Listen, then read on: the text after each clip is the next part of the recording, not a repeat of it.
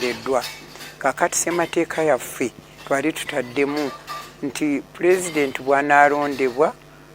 ajja kukola emyaka 5 bwebanga bamwagadde bamuzeemu emyaka 5 naye awo tayitawo n'olwekyo mu constitution muno twali tutaddemu term limit y'emyaka 5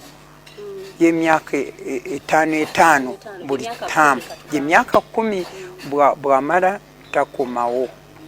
kakati omwaka ne tutandika ne tukola nange ne bandonda ne ngenda mu palamenti ya 96 nga nsanyise nnyo nga ndowooza nti kakati bino byonna bye tutadde mu constitution okusingira ddala ebikwata ku bakyala bigenda kuteebwa mu nkola kale nze ne ntandika kulwana ku bintu ebyo biteebwe mu nkola wabula okuteeka constitution mu nkola nakisanga nga kikalubye nnyo kubanga bwe twatuuka mu constitution omwo mwalimu akawaayiro akagamba nti mu myaka 2 wakolebwe etteeka erikwata ku ttaka erijja kutereeza obwananyini ttaka n'abantu ngeri ki gye balina okuba n'ettaka kati awo nze ng'amanyi nti abakazi mu Uganda tebalina ttaka naye ngamba tufunye time y'okulaba nti injustice zonna ezaaliwo imbalances zonna ezakolebwa history na other forms of discrimination zigenda kuggwawo nange kyenva ndeeta kawaayiro ka proposal nga kagamba nti kakati buli musajja yenna omusajja n'omwami we omukazi n'omwami we eryettaka lye babeerako lye bafunamu kyakulya libeere lyabwe bombi tugambe nti co-ownership bako-owning ettaka eryo kitundu ky'ettaka eryo kye balina okukola ki okulumawo emmere okuliisizawo ente oba embuzi kye bakolerako n'olaba nti bajja mu kyakulya liba eryabwe eryo bombi nze ekigendererwa kyange ekyali kisinziira kuva abakazi gye bali abaami babagoba mu maka omukazi n'afumbirwa emyaka 10 emyaka 2 3 oli namugamba get out of here mugobewo nze nali njagala bwe tugamba nti ettaka eryo lyabwe bombi kati omusajja bw'aba asazeewo okugoba omukazi asigalawo naye kubanga naye wuwe kyenali nsuubira kufuna nenkirwanako netukiisa Land Alliance Uganda Land Alliance ebyettaka ebyo munange nabuli tebyali simple era nga bwe buli kati biri waasi kati abakyala netukirwanako with Land Alliance nga tugamba abaganda be bali interested mu kintu ky'ettaka abanyoro nga bali interested mu kintu ky'ettaka abantu b'okusatu bali interested nnyo mu kintu ky'ettaka bali bakazi nibwe twagezako okuteekamu ekitundu ekyo nekigaana okuyi netukiyisaamu actually twakiyisaamu netukirwanako netukiyisaamu era clause eyo bali bagiyita Matembe amendment clause Matembe clause bwe twamala somehow nga kibulira eyo bwe bagenda kuwandika etteeka final law tekyalimu era netweyongera tukirwana naye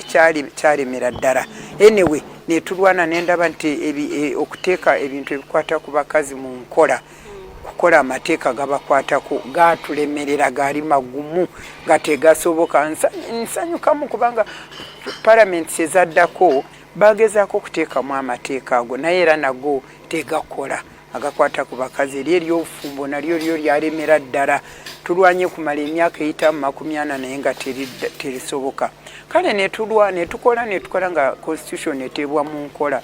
naye bwe twatuuka mu mwaka gwa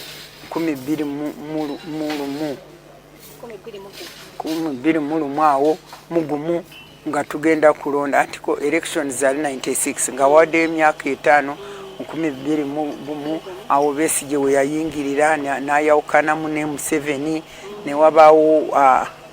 akatyabaga kamaanyi nnyo entalo zonna ziri awo naye oluvannyuma nga tumaze okulonda 2021 nga kalulu tukawadde President Museveni naye nga tumanyi namuwanga era nemulwanako nenkamulwanira campaign for him ng'amanyi nti owa omusajja oba yagadde kweyongerayo emyaka 5 twagiteeka mu constitution ekyalimu kati gimwe naye nze nga nsuubira nti eyo yokka gyagenda kukola ki kwagenda kukoma naye bwe byatuuka awo ebintu byali bitandise okugenda nga si birungi nga bwe nali mbyagala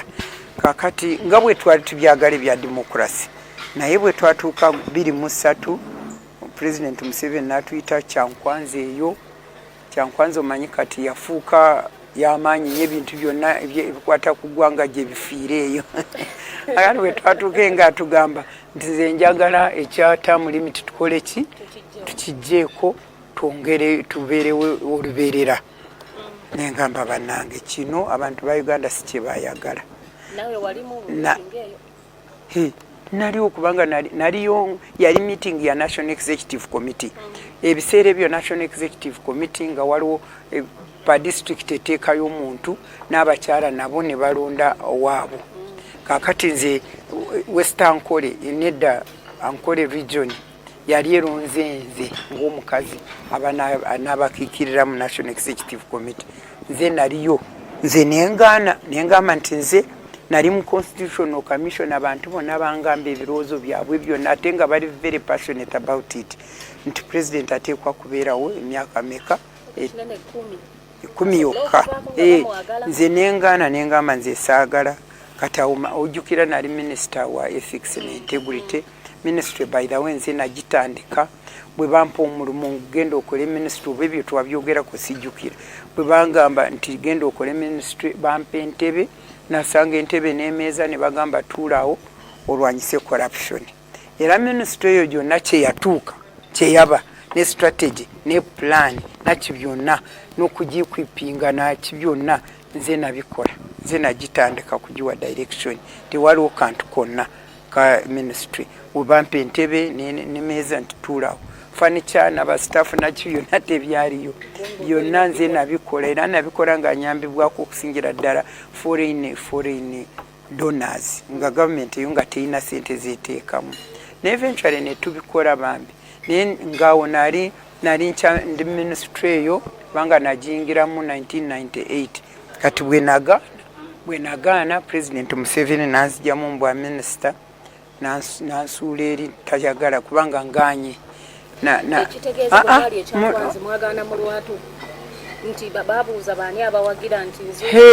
yakireeta yagamba nti nze nandyagadde term limit tugijjeko abantu bonna ne boogera bonna ne bamuwagira bonna bali kumpi n'okukiggala kutuuka mwami Mugisha muntu bwe yagamba nti abaayi ate ffe abata oyinza kusanga waliwo atakkirizagana nakyo yanayogera ddi president n'agamba kale nga waweddewo ennaku 2 ffe twayogerera ku Lwokubiri nga ssaawa 10 olunaku ennaku ziri endala nga bali abalala bakiwagire bwe twamala nze nenkigaana ne Mugisha muntu n'akigaana Honorable Lukiikere n'akigaana Honorable Bidandisali n'akigaana twali bana abakigaana era bwe twavaayo n'atugoba n'atumiriza n'akola reshuffle era bwe yamala nze n'atuyita na Lwakitula awo ng'Abanyankole n'atugamba mwe mundemeseza okufuga mwe muli babi temwagala nfuge kibi biwanvu ebyo sijja kubigendamu nze nemugamba nti kyenayogera kyali kituufu n'agamba nti tekyali kituufu tewandikyogereddeyo kyankwanzi mu public wakiri bikibwe bityo wandizize ebbali n'okingamba naye nga gwe wakireese mu lwato nange nenkiddamu mu lwato kati bwe twavaawo ng'akola reshuffle ffe ng'atujjamu ne Honorable Kateegaya kyankwanzi teyayogera naye yali akimanyi ne Sarah Kiyingi twali ba ministers bameka Honorable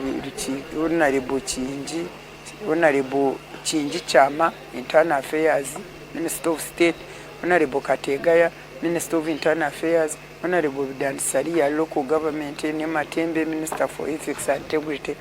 n'akola reshuffle n'atujjamu ndowooza bwe yatujjamu abalala bonna ne batya ne bagawawayi oyo engeri gy'aggyeemu Kateegaya mukwano gwe n'ono Matembe ate nga bakola nnyo ensi yonna ekimanyi nti twali bibe n'omulala n'ayogera n'asigala ne bakomawo oluvannyuma ne bakijjawo nze nagenda mu palamenti bwe yamala nensigala mu palamenti nengenda mu backbench nenzirayo mu position yange ya Rules Committee nali vice chairperson wa Rules Committee Rules and Disciplines Committee ate nga ndi vice also wa Legal and Parliamentary Committee kati bwe batuuka mu parliament edda twalina rules ezigamba nti bw'oba ogenda kuvotinga ku bya constitution ojja kuvotinga public kati balaba abantu votinga private kati bwe balaba ebintu bitabuse ebintu byatabuka nga tuganye abakulu baganye ne tugenda press nga twogera awo president naye n'agenda mu press nga tuvuma atuyita group ezinywa amarwa nti baba amarwa baliyo marwa group nga tuyita atuvuma fena ne tuvumagana mu press omwo n'oluvanyuma ne basalawo nti oba parliament yegenda kukikolako ne bagenda ne babagula ne babawa sente bawa miliyoni 5 buli member wa parliament yena yali ayagala ntakikolebwe kati bwe bamala nga bagamba netteeka tulikyusi kubanga parliament yali egamba nti lulu yaffe yali egamba nti bavoting mu private kakati babawadde sente ate abantu bali tebakyagala bali baagala tebajjako term limit nga baagala esigalewo kati nga bwe babaguze baagala babalabye mu public banga bwovotinga private kati kyebakola umanyi bribe ya parliament na president yatandika ebiseera ebyo weyatandikira kati ne bagamba etteeka balikyusi etteeka ne baleeta mu komiti yaffe ogwo tuli mu mwaka ki tuli mu 2003 mu 2003 ngenda kumulamu nkomawo n'ekitundu ekyokubiri kitoba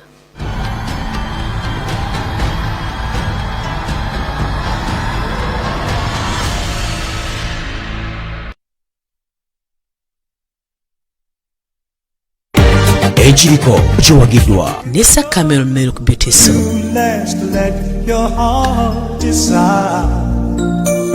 ajjamu embalabe olususu olumyukiridde binnamakula enkofu ezireetebwa embalabe ate nga agonza olususu lwo n'akuggyako ne mugaba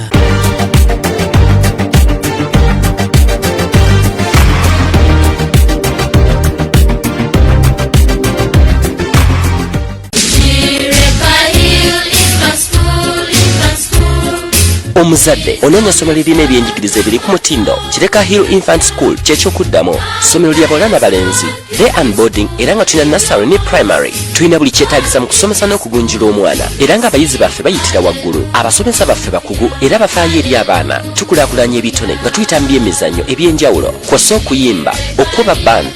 okuwuga n'ebirala bingi okwewandiisa kugenda mu maaso ku ssomero tusangibwa Kasozi Kiraka tukubire ku ssimu okumanya ebisingawo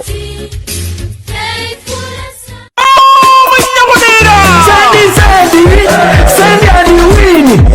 MGN Momo. Go have for pricey. I wanna go. I got no mama. Now you just go faster. You send the win. Gucci Masura. I got no mama. Now you just go faster. You send the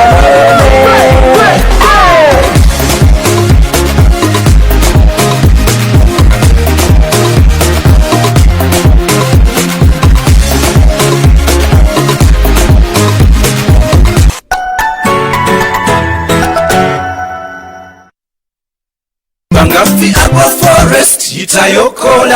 kati obugagga obw'ensibo buli mu kusimba bibira bya miti gya kalitunsi ng'okolaganye ne Bangafi Agroforestry Limited tukufunira ettaka ne tuliteekateeka ne tukusimbirako emiti ne tugirabirira byonna wamu ng'olina n'ekyapa olyoka okole ssente n'obwana bwazo mu miti gya kalitunsi egivaamu embaawo emiti gy'amasannyalaze egikozesebwa mu kuzimba ebizimbe kyalira Bangafi Agroforestry Limited ewakisa mu tawuni ku kkuba eridda ku district ku kizimba okuli Central Bank oba tukyalire ku www.bangafi.com nga bwe tosobola gamba nti kubanga ofunye sente ojja kwezimbira ennyumba nga gwe okwata omwiko gweweereza amataffaali mu Agroforestry bwe tukola bw'otuwa miliyoni 6 miliyoni 5 miliyoni 5 mu emitwalo 35 ng'omulimu ng'oguba guwedde buvunaanyizibwa bwaffe essimu noti 787 47 15 46 oba noti 75 noti 53 37 81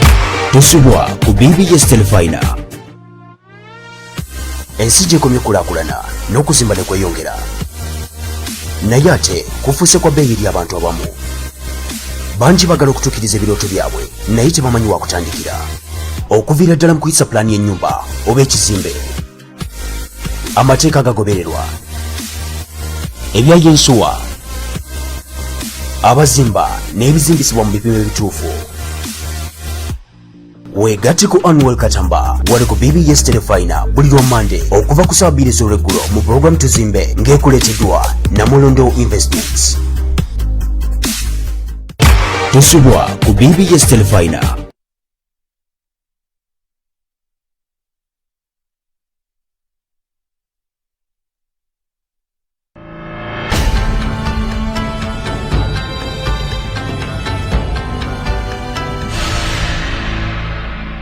Kulisayo nnyo okuva mu kumulamu okwo tuli mu kitundu kya kubiri tukyalina omukyala Miria Matembe.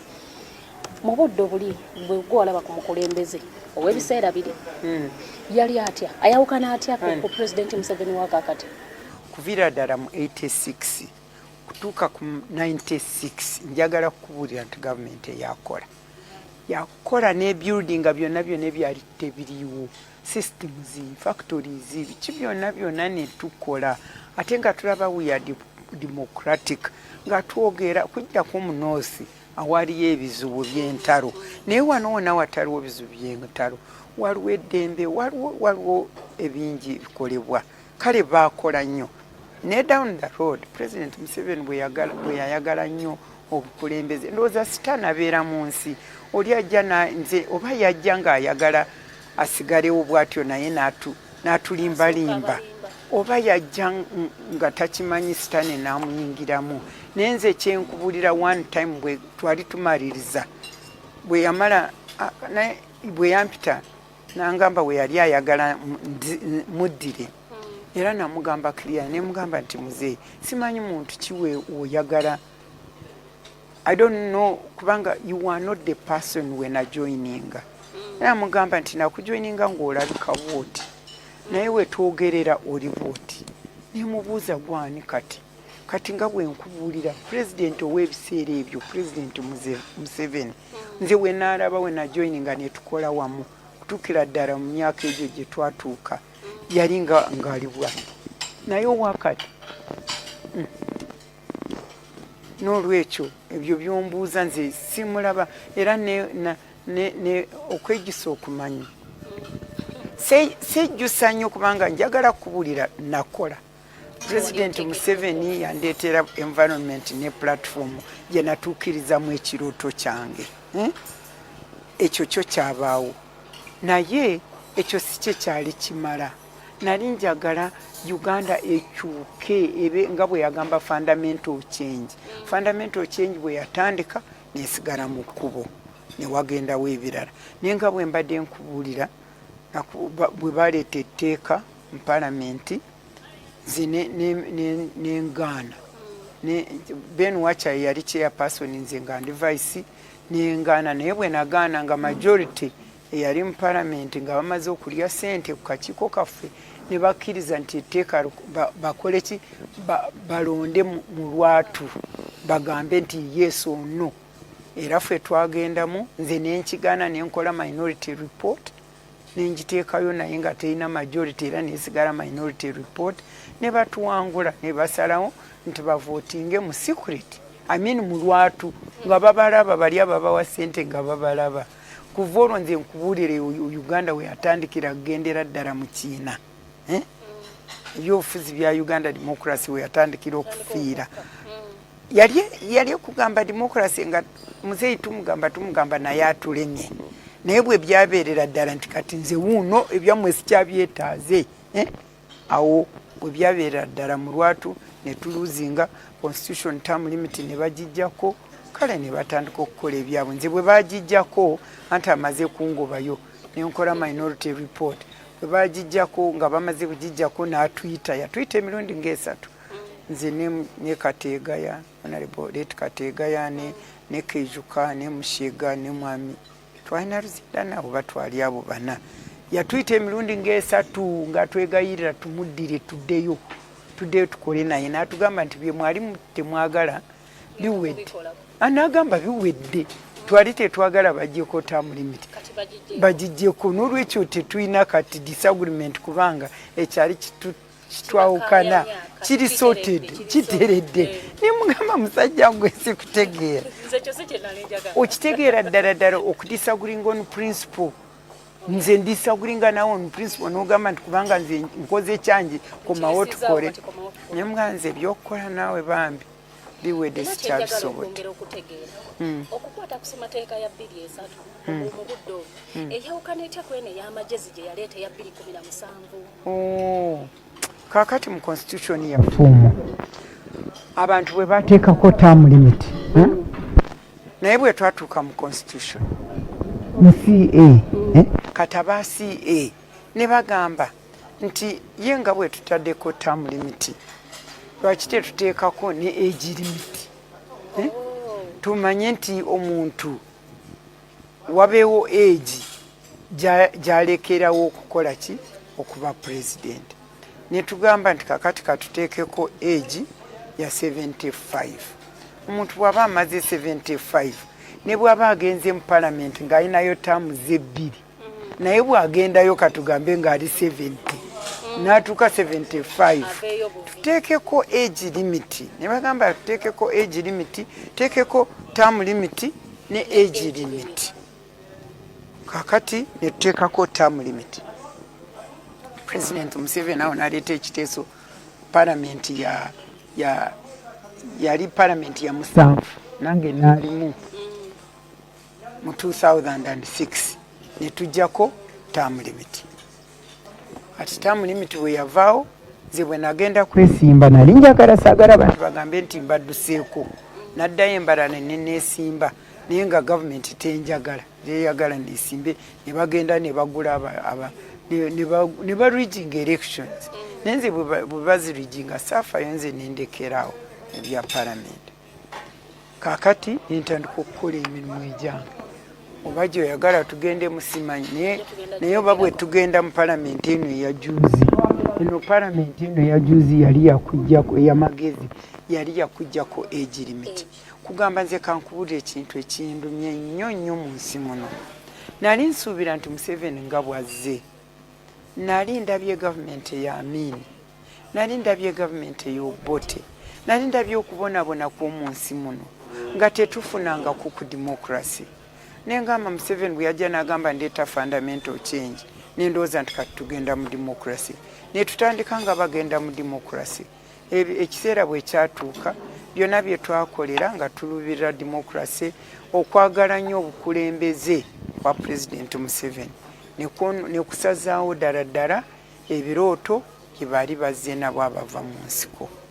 kubanga kakati tulina waliwo proverb egamba waffe nti kyoyagala nnyo kikusuzza ekyokukunda muno nga kikunagisa ekyokwitsi that if you love something so much you will drop that which is in your hand for the sake of picking that one which you love kubanga President Museveni muhandi ye yalina okukola eggwanga libe democratic naye ng'ayagala nnyo okubeera okusigala mu kulembeze at whatever cost n'olwekyo kino kyokolaga nti eggwanga libe lulungi ne democracy eva ennungi n'akisuula n'ekigwa wansi n'akwata kiri ekyokubeera mukulembeze kubeeramu ennaku zonna nze nkubulire bano bwe baleeta motion eyogamba nti president nti bajjeko emyaka nze nali sirowooza nti kisoboka nalowooza nti abantu balina amaaso balaba gye tulaga nti si ntuufu n'olwekyo nga emyaka ya president bwetuuse ono Museveni okuvaawo kyekintu kyali kigenda kutuweera ddala Uganda kyetafunangako mu bulamu bwakyo Uganda kati emaze emyaka 5 mu mmeka nga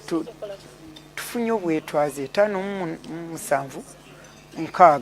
1962 kati tuli myaka 5 mu 7 nga tufunye kye bayita obwetwaze independence naye tetulabangako omukulembeze ng'awaayo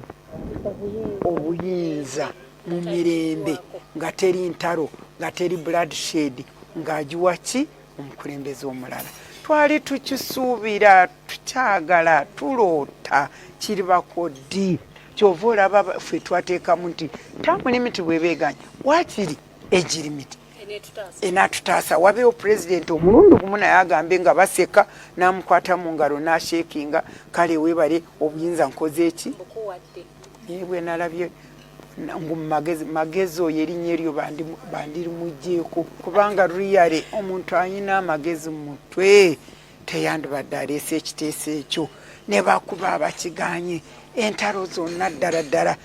ne birabikira ddala ng'obwobote bwe yakwata constitution baleeta bamagye bonna ne bateeka ne basurroundinga parliament ne balooka ne bagamba nti yino constitution mukole yes ne bakola yes nga beetooloddwa ki abamagye ati ye president Museveni yawo yayitawo yabaleetera ddala mu parliament babakuba nenaatula balala ne babayinjalinga kale nze awo hope yange essuubi lyange mu bantu mbakulembeze ba Uganda essuubi lyange teririiyo eryange essuubi kati lyeri Katonda ayatuwa eggwanga lino kubanga nze manyi mu Bayibuli wagamba nti yayina obuyinza yabukwata n'abuwa waani wayagala n'olwekyo bafoonaawo be babuyina ate ne Bayibuli eriko Katonda ayinza kukuvaako ng'oli akuwa obuyinza otambule amakubo go akuveeko okole under closed heaven n'olwekyo ebya Katonda bikaluma ze kati essuubi lyange ndiina eyo kale aba egirimiti omanyi ekyaba mu palamenti ne bakuba abantu ne babayinjalinga entalo zonna bali ne egirimiti yaabwe ne bakola ki ne bagijjako n'olwekyo president Museveni n'amajege byonna kati nze constitution gye twakola namenyeka omugongo gwange nga nkola constitution eyo kubanga kwetoolola Uganda enguudo zaali mbi ebimotoka biranduva nga bibikadde ne twetoolola eggwanga lino omugongo gwange ne gukutuka era nze ondabira since 1992 omugongo gwange teguli bulungi okiraba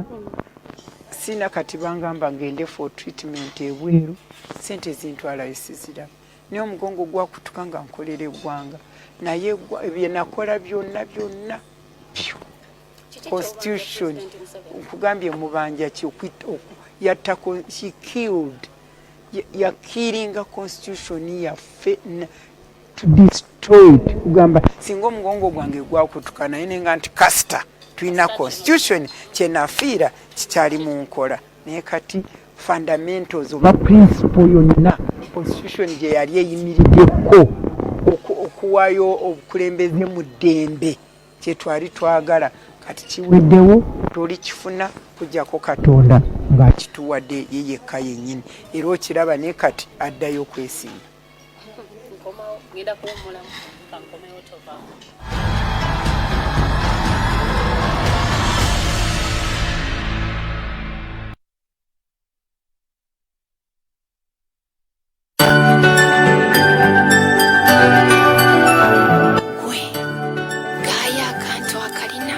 Hulira bwakatabula akakiko Kakawa kalungi akasesako tandika olunaku ne kacaayi nga kaliko soya cup kakaawa okuva mu nsigo eza soya ate nga tekakubya ntunnunsi owa alsa pressure n'abakyala abayonsa bakanywa sesako soya cup asangibwa mu maduuka ne mu supermarkets zonna mu ggwanga mu bipimo ebinene n'ebitono oba jangu ku ofiisi zaffe ekyengera ku lw'e Masaka essimu nooti 7 tata muwe sesako ne mama muwe sesako good feeding good living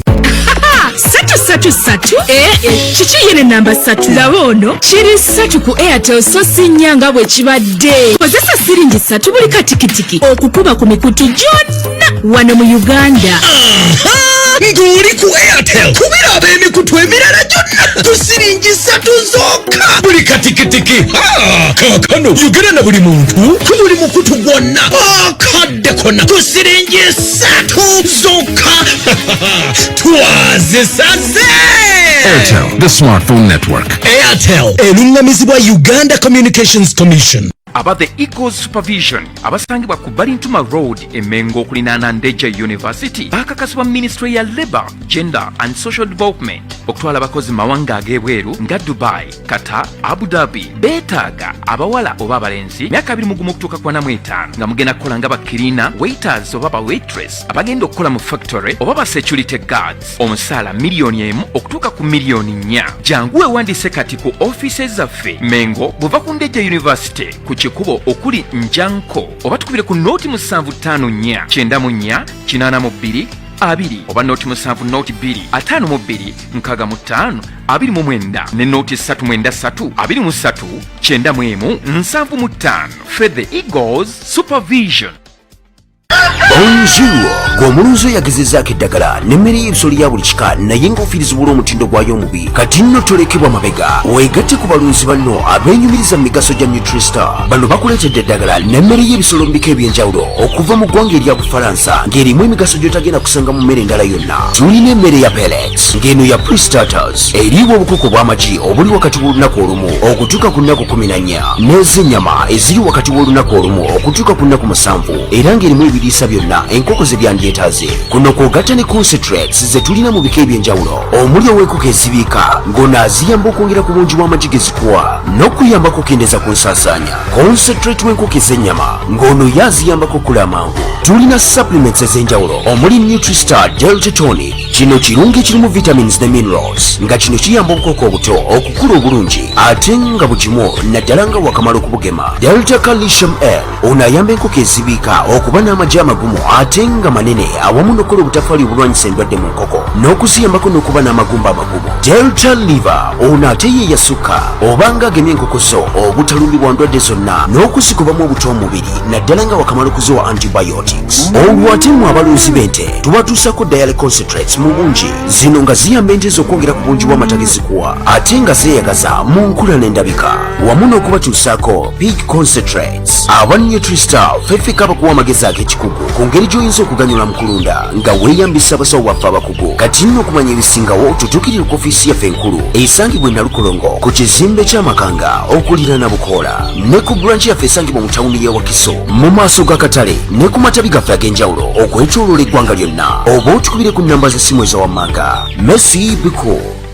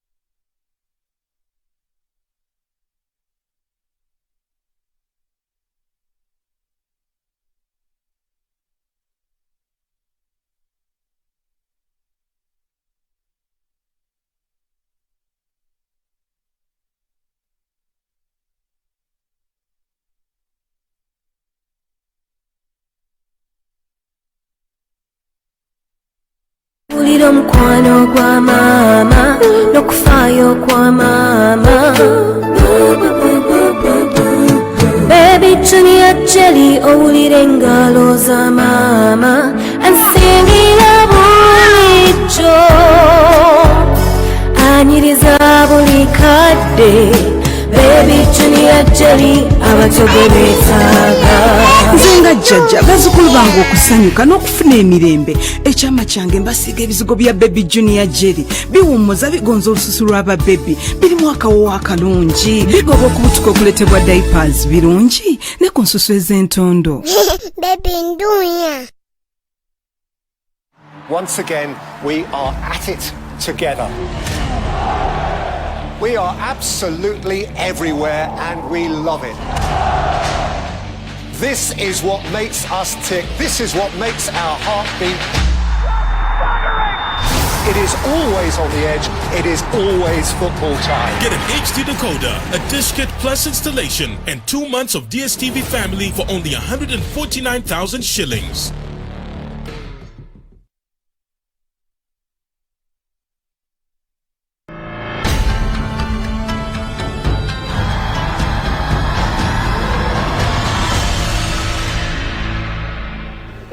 Nnyo okuva mu kumulamu okwo n'enkwaniriza mu kitundu kyaffe ekyokusatu ekigenda okufumbikira omukyala Miria Matembe. Kakati byonna kati tubitegedde. Kiki ky'oliko essaawa eno? Kakati nze bwe namala politics zange ez'elective nazimala mu 2006 mu May naye nga sinamala ndowooza nali nkugambyeku bwe nakola nga member of Pan-African Parliament. Naye natuukayo nemba founding member wa Pan-African Parliament. Nali first chairperson wa rules, Legal and Rules Committee, the Discipline Committee. Ekyo kikulaga nti nali mu discipline. Gyendaga yonna bakwasa discipline and ethics in my hands. Kati bwe namala ebyo bya politics. Omanyi nali nkoze nnyo mu African public platform. Mu Africa, on African continent. Bwe bagamba politics and women nga balaba Matembe. N'olwekyo bwe nava mu parliament ya Uganda nentandika okukola consultancy work nga nsomesa women and politics. Kale kugamba kumalawo banga ng'emyaka oba mmeka namala emyaka mingi nga mu South Sudan, Sierra Leone, Botswana, Liberia, Lesotho, nga kugamba employed by all those kinyeyo nga nkola women and politics. Now nkola so much to politically empower women in leadership. Bindabirira nga bipa sente nga bikola kyo manyi nze Mukama yangamba nti talindeka nangamba talindeka, I will never run out of supply. Era nze okuva nga nvudde mu politics omungwazi I've never run out of supply. Ndabirira sijja kugamba nti sina faamu y'embuzi oba ya nkoko, sina na lusuku. Nze Mukama ekitone kyasinga okumpa bw'omumwa gwange. Nze bwenyimirira kwogera ng'ebigambo abiteekamu nga njogera. Nga bikola amakulu. Era nze kyenjagala kugamba ng'amaliriza. Kuba nava mu palamenti nga n'abaana bange bakyasoma ne bwenjogerera ne bawasa ne bakolera embaga zonna z'amaanyi. Ndina abakamwana, ndina bazzukulu kati 11, abalenzi n'abawala, baby girls and baby boys. Ndina kugamba ndina abawala bangi bendabirira abalango, abacholi, abaganda, abavaawa. In my house toyinza kutasangamu like 2 girls nga bendabirira. Nembeerawo nga nyempalinga young girls, modeling, mentoring young women in this country. Ate n'ekirala bwe namala nenteekako organization. Nengamba nti bino byembadde ndwanako nga mpita mu parliament. Nkyayinza kubikolako nga mpita mu organization. Nagendako immediately nga nvudde mu politics nagendako ku America bampita kukola course. Era nze bwe namala obululu bwe bwagwa nga yali February, end of February, 24 February 2006, kakati 1st March, I landed in Washington ati need national endowment for democracy kabampadde nafuna soft landing ningenda omanyi mukama ono bwoba wesiga katonda nkubuulire nakugamba nti tali kuleka nawe noyimirira mu mazima noyimirira mu katonda. That's what has sustained me. Zondaba wano sina bugaga bwona obugaga mbuyina mu Yesu era yantaddeko kiyinza kulwa kyakulya mwemwe kaba amawulire muntawanya temwina nakye munsasula naye nze sifaayo kubanga sikolera kusasulwa nze sikolera kusasulwa nze nkolera abantu bawulire n'olwekyo nze nga njogera nawo kati nga tusembayo since those years sibulangako kyakulya sibula kyakunywa sibula kati eyo public bye nali nkolayo byonna ennaku zino maze myaka mingi kubanga ena nga kikati nga ndi mu Uganda naye nfokasinga ku mentoringa young girls in organization zonna many girls nga forward nga tuba mentoringa kati nenye establishing ekitongole bakiyita Center for Women in Governance sewigo nga kisomesa abakazi in politics era bangi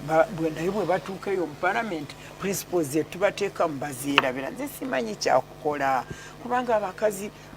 kati bafaananira ddala nabaki n'abasajja mu mululu mu corruption mu kubba kugamba batubuziza ne argument y'okugamba nti abakazi tubateekeyo kubanga edda bwe nali nsomesa eyo gyonna gye nsomesa ngamba abakazi baleeta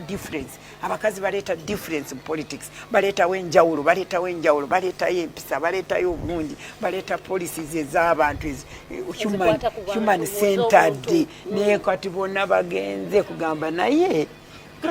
katonda ayinza kujjayo omuntu omu oba babiri ne babaawo naye bambi I'm quite disappointed naye abantu bo basomeseza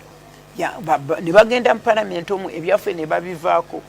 ne bagenda mu birala naye okuba empoweringa nze gwe omulimu gwembaddeko ekirala kyenkola ate bwe batuukayo lowooza bakuliiko oyinza kubagamba nti bwe mugaana ekintu mu kigaane babagobe baveeyo omanyi bwoba tomanyi let me tell you nze kintu kyemanyi katonda kyeyankolera bwe namumanya ali anka wange situnula nendaba nti President Museveni obaani ndiwo ku lwabwe nze ndiwo ku lwani ku lwa katonda kale he's my anchor nyimirire mu ye he's my rock kasita mara kumwesiga nemanya nti mwesize ajja kundiisa ajja kundabirira sijja amaaso gange gateeka wala ate n'ekirala nze kyeyamala kunjigiriza yangamba katonda positions ebintu positions ebifo ne possessions ebintu obulamu tebubeera omwo obulamu life does not exist in positions and possessions obulamu tebubeera mu bintu n'ebifo obulamu bubeera mu kumanya katonda n'omanya nakiki ekyakuwadde kukola kati ebyo ebintu byatuwa n'ebyo ebifo byatuwa ayagala tubikozese okuweereza abantu be kakati tubaweereze obuweereza obulungi bwe buba obuweereza obulungi n'abusiima n'abwagala kati ye yakuweereza byoyagala okiraba so nze kyenkola ndina okumanya katonda mu nsi muno yanteekeramu nti yampa mumwa gwange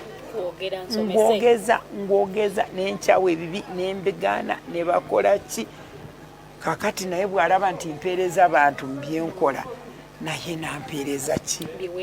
ate nze njagala kubuulira obukulembeze tebuva mu kifo nze obukulembeze obwange ngenda nako wembeera webibeera era nze njagala kubuulira nava mu Ministry of Ethics gw'oli muto ndowooza waliwawa nga Ministry of Ethics nga ngitandise na integrity nga yatuuka everywhere nga buli omu yenna abazungu bwe bajja wana that is the minister oyo ye the minister nze ngaali nga nze minisita yekka naye kuva bwe nava mu ministry omwo kuva mu Kampala bayinza kugamba nti waliyo minisita naye beyond Kampala eyebwere eyo nobagamba ngu minisita kyaliwo naye bwe mba ntambula baye minisita waffe nze obwange nagenda nabo kale obuweereza obukulembeze tebuva mu position mu ntebe w'otudde obukulembeze buva gwe mu kyoli your purpose your dream your vision. Bw'oba olina vision yekuvuga. Vision bwebanga yekuvuga mu nsi tovaamu tobulira mu oblivion. Kubanga nze vision envuga kwe kulaba nti omukyala alina okuba bulungi. Kwe kulaba nti abantu abanaku abalema balina okufuna justice ne fairness. Kyekinvuga. Ekinvuga has nothing to do with me. Nze byange nabimala nali njagala nsomera obwenji mala njogere ngende mu parliament byonna ebyo nabikola. Naye ekinvuga kati omukazi ali atya. Abaana ba Uganda bali batya. Mu Africa biri bitya. Ekyo kyekinvuga. Oba ekyo kyekuvuga kyo tekigwawo. Naye bw'oba ovugwa personal ambition. Personal ambition bwegwa katugambe nti ekyali kinvuga. Katugambe nti ekyali kinvuga kyali kugenda mu parliament. Okay. Nagendayo okay. Nemala nenvaayo. Ngantuula kati ndagawa. Naye bw'oba ovugwa eky'abantu. Service to the people. Vision kitegeeza ebyo byewetaaga ku lw'abalala. Ambition kitegeeza ebyo byewetaaga ku lulwo wekka. Kati ambition tesaanye kuvuga omukulembeze. Omukulembeze yenna avugwa ambition is a failure in the end emutabusi kubanga atta n'abalala atta buli kimu kyonna ekibeera mu kkubo lye. Buli kintu kyonna ekibeera mu kkubo lye nga avugwa ambition ye kyonna kitta. Kale ajja kutta abantu, ajja kutta ki, ajja mu endi ayefiire ye yekka. Naye bw'oba ovugwa vision kitegeeza ovugwa ebikwata ku bantu. Ebyo ovuga bulungi kubanga abantu babeerawo nabyo bibeerawo nga bw'ovuga kubanga biriwo ku lwaki ku lw'abantu. Mukyala Matembe, kyoli mu ggwanga muno oli mumativu? Kuki? Kyolina kyoli. Are you happy? Are you satisfied? Me, myself, for me, by the grace of God, ku lw'ekisa kya Katonda, nze neeyita a woman of destiny. A successful woman of destiny. Akoze emirimu ye bulungi mu lwato. Mukama yamuwa ekirooto n'amuwa n'okukikoza nekiba realized. Ekirooto nekituukako nenkiraba nenkiwandiika na mu kitabo. Nze kati ndina ekitabo kyakuna ndikumpi kukifulumya ekyakuna nakafulumya ebitabo 3. Mukama tampadde mumwa gwokka. Bwampa omumwa njogere nampa n'akakalamu mpandiike. Kale Mukama nampa opportunity nampa ekirooto nampa opportunity okutuukiriza ekirooto ekyo. Abaana bange ne bakiraba ne bamanya kyendi. Abantu bonna ne bamanya Matembe ayimirira ku kiki kimuvuga. Kugamba ekiki kyenjagala kiki werethi bino ebyobuntu naye okusingira ddala nemanya Katonda. Okusingira ddala nemanya nti mu nsi muno ndi mukulu wa Katonda era yankozesa era bw'aba tangambye nti kola kino sigendayo era nze kankubulire mu nsi muno ku end of it all kyolekawo kyewakolera abantu. Ebintu togenda nabyo, position togenda nayo. Kakati kankubuuze nze nakamala emyaka yange 16 nga sirina position yonna mu ggwanga lino. Naye position nazikola. Commissioner,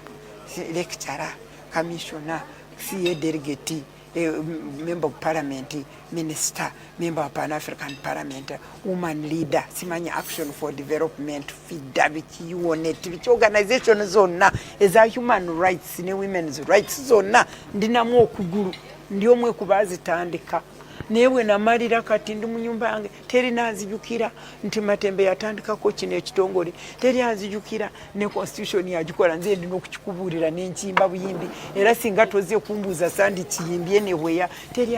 anzijukira byonna byagwa. Naye Katonda ono w'empeereza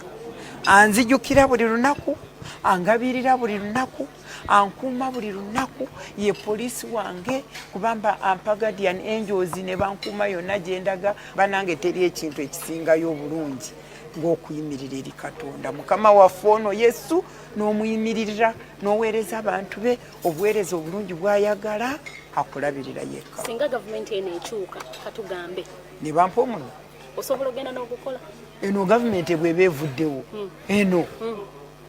ne wabaawo ampita ngende kukola omulimu. Ate ekyo lwaki sikola? Katonda yaba amuyiseemu.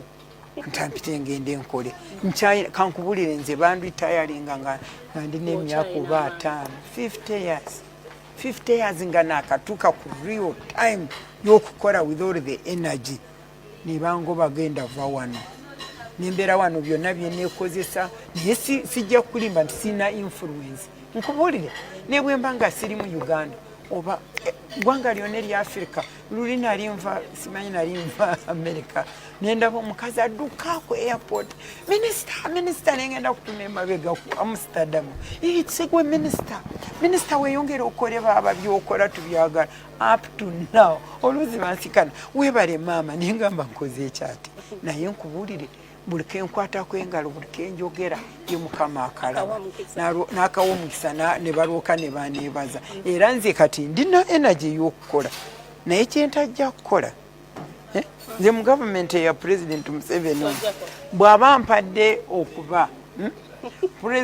chairperson we electoral commission bwemba nfunye chairperson electoral commission oba nfudde oba chief justice oba mpadde court of appeal kugamba wemanyi nti bwentuukawo ate munyigira ki saagala kunyiga president saagala kumunyiga bwentuukawo making sure nti nze justice nteeka justice mu nkola bwengenda ku electoral commission nga tulina okufuna obululu obutuufu nga ndini charge of electoral commission okiraba lwaki ate mbamunyigira kinze ekyenjagala fairness justice and equality kale bwe mbamanyi nti ndina obuyinza bwokulaba nti ekyo kya justice fairness and equality nkikolako n'ebino byokumpa jangu be minister jangu okole ekyokola naye bambe mu kituufu kyo bw'aba mpadde omulimu tukontagana tujja kulwanagana mu dakiika nga 2 oba mu nnaku 2 atangobe ate bagambe nti naye ekyamutwalawo ekyali kiki ate n'ekirala ekizibu kyolaba mu ggwanga lino kugamba Abafrika tebamanyi nti waliwo enjawulo ya gavumenti n'eggwanga okiraba waliwo okukolera eggwanga waliwo n'okukolera gavumenti kati nganza atakkiriza mu gavumenti ya Museveni tekyanditegeeza nti sikolera ggwanga. For instance waliwo emirimu gye nandibadde nkola katugambe nga Judicial Service Commission nga nyinza kuba chairperson wa Judicial Service Commission ndabe nti ebigenda mu Judicial Service birungi nyinza kuba chairperson oba wa education oba bikinga ebyo kubanga ebyo biba sibyaga politics teba politics awo yinza kutuulayo obikoletereze government nga ebintu byonga bwebiri naye kubanga abantu tebategeera enjawulo eri kukolera eggwanga n'okukolera government kati bwengendayo ne banzikiriza n'enfunayo omulimu bajja gamba nti Matembe bamuguze sente aziridde bambi naye bamuguze ebitali bituufu n'olwekyo ne bwampita kale webali yatulaba ku terefayina olugendo lw'omukyala Miria Matembe bwerutyo bwetutambudde sirema kwongera kukwebaza tusiima bwongera omunnange tojjanga okwo bwebali kutambula program bagita mbufu ebeerawo buli lunaku olwa Sande ku ssaawa 3 ez'ekiro tulindirire sabbiiti endala nga tukuleetera omuntu omulala ow'enjawulo oyongereyo okumukenkuka n'okumumanya bimukwatako kiki kye yaliko luli kiki kyaliko mu budde buno ssaako nekyazzaako nze Stella Nandawula nkwagaliza ekiro ekirungi sula bulungi awangaala ennyo maaso moogi